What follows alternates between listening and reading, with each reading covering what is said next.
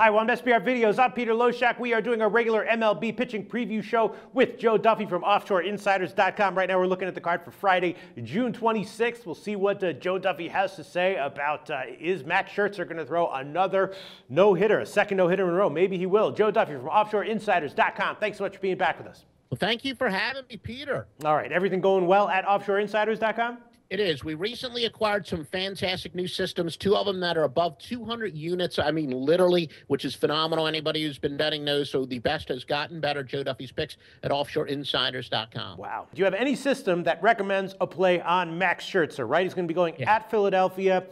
He's off of a no-hitter. We all like to think about what's going to happen to a pitcher after he throws a no-hitter. Scherzer, I don't know. Maybe he's a different case. He threw a one-hitter to start before that. He's going to be here against Philadelphia. That lineup can get easily shut down. We know that Aaron Harang on the other side is just getting hit. He's obviously had a nice start to the year, but he's on his way down. Philly's going to be a home dog of over 200, plus 200, and they were cashing recently as a big dog in the Yankees series. But is there any way Philly wins this game? Scherzer against Harang. Well, I'm not going to say there's no way, but Aaron Harang, I think there's no way. No, you think there's some way? I'm not going to say no way. It is regular season baseball. And we're talking about a home underdog, so nothing is impossible. But I did see where it was statistically broken down. You always see that somebody's got statistics to support some type of argument. And I know that, sometimes you get attention, you kind of have these statistics fit in. But either way, that I saw that statistically, a lot of people think that Max Scherzer had the best back-to-back games ever, including Johnny Vandermeer, the only person ever to throw back-to-back no-hitters. But Scherzer gave up only one hit, and he's been extremely dominant. And as you said, Aaron Harang, look, he got off to the great start. I said the Phillies should have traded him while they had the chance. Talk about that term that I always like to use. I get to use it right off, regressing to the mean.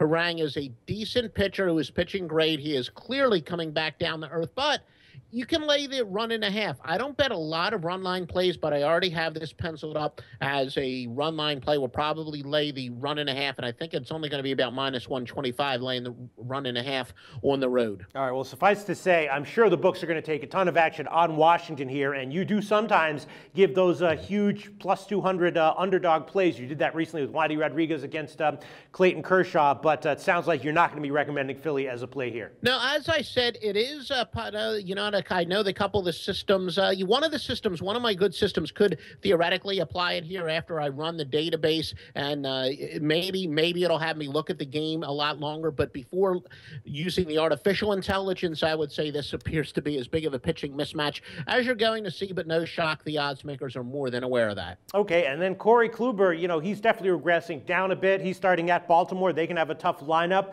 Is there any reason to think that he might surprise with one of those dominant starts again, or is it more likely another 7-inning, 3-run start? And then on the other side, Chen is pretty good. He rarely gives a worse start than 7 innings, 3 runs himself. He's pretty reliable and consistent. We know that Cleveland can get shut down, especially by quality lefties. Is there actually maybe even a slight pitching edge here for Baltimore? No, I wouldn't say that. In the case of Kluber, he has not gotten very good run support. Look, ever since he came out of the gate very slowly, and we talk about it every time, it wasn't really that unpredictable that he did come out of the gate slowly. But in his last 8 starts, he hasn't gotten a lot of run support, but he is back to pitching very well. Only .218 batting average against. He's still one of the top pitchers in baseball. At the same time, can Kluber match what he got last year? No. So I still think he could theoretically be a little bit overvalued, but Kluber is back on track, and he is for real. He's one of the better pitchers in Major League Baseball, and he's clearly back on track. But this is not necessarily a situation that I'm salivating to go with him. Okay, and then what's your take on Johnny Cueto? It definitely feels like Cincinnati is, they're sort of like propping him up to be traded. They're making him look as good as he can be to trade him. It's possible that he might be damaged. His last start was Skip. What's up with that?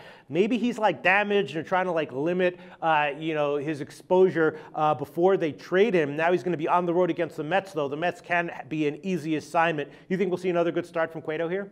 We've been seeing it a lot more in previous years, and it really started a couple years ago with the Washington Nationals, where you that the manager becoming so obsessed with pitch counts and innings for their ace pitchers. And they did push Cueto back. He has been throwing a lot of pitches. I wouldn't read all that much into it. I just think, like a lot of other managers in baseball, there's sometimes trend, just like in hockey. Patrick Waugh started where you pull the goalie much earlier, and now the big trend in baseball is not to use your pitcher too much during the regular season. So I think the fact that he was pushed back and he was originally supposed to pitch Tuesday is legitimate. They're just trying to rest him a little bit. And I would say, yes, if you are using him as trade bait, you certainly don't want to have him throw too many innings. So in the case of Cueto, I wouldn't read anything into it other than a stud pitcher. They're giving a little rest, but pitchers like Cueto, he relies so much on precision. The fact that he did have his start pushed back a little bit, that could theoretically throw him off. And remember, one of my golden rules is you're only looking for a slight edge sometimes,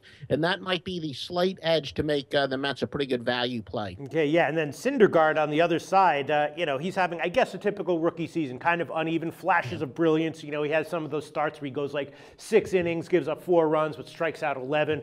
And sometimes he's pitching to a guy who looks unhittable, and then he'll make a mistake. What do you expect from Syndergaard here? Well, he is, as I like to say, predictably unpredictable, and I think that you really have to bet on that, which means if you're going to have a big line, whether he's a big home favorite or, unlike Levin, he's a big road underdog, it's a pretty good percentage play to lean towards a big underdog there, but that's not going to apply here. But I do think that because you do have 2 very good pitchers, but with Syndergaard, as we said, he's kind of a box of chocolates, and Cueto maybe could be thrown off by having a couple extra days rest. Maybe the over could be a play worth at least looking a little bit further. I don't know about that. I don't really like the over in the Mets ballpark with the Mets lineup, but we'll see. Then Kyle Lohse, talk about maybe always looking to a bet on the over. It's a nightmare season for him.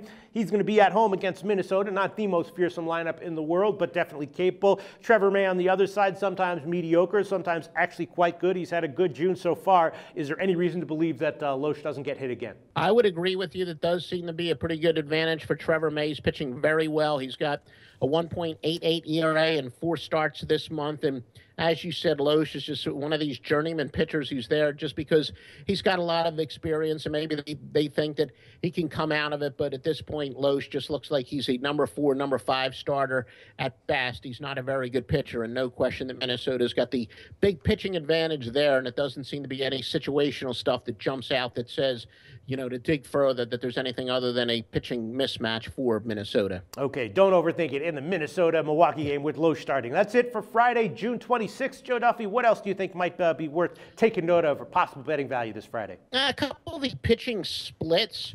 Francisco Liriano is actually worse at home than he is on the road, and that's the type of pitching splits I really look for, where a pitcher pitches at least every bit as well or better on the road than they do at home. And I usually like to bet against those pitchers, of course, at home, and with them on the road. Texas Nick Martinez, just the opposite. He's been it's just the same, actually. He's got a 3.89 ERA at home, but on the road, 1.69 ERA. So they're 2 pitchers who have actually been better on the road than they have been at home, and they're usually the best home road splits as far as your wallet is concerned. All right, sounds good. And Williams Perez on the other side for Atlanta has been very impressive overall so far this year. Joe Duffy's website is offshoreinsiders.com. Thanks so much, Joe.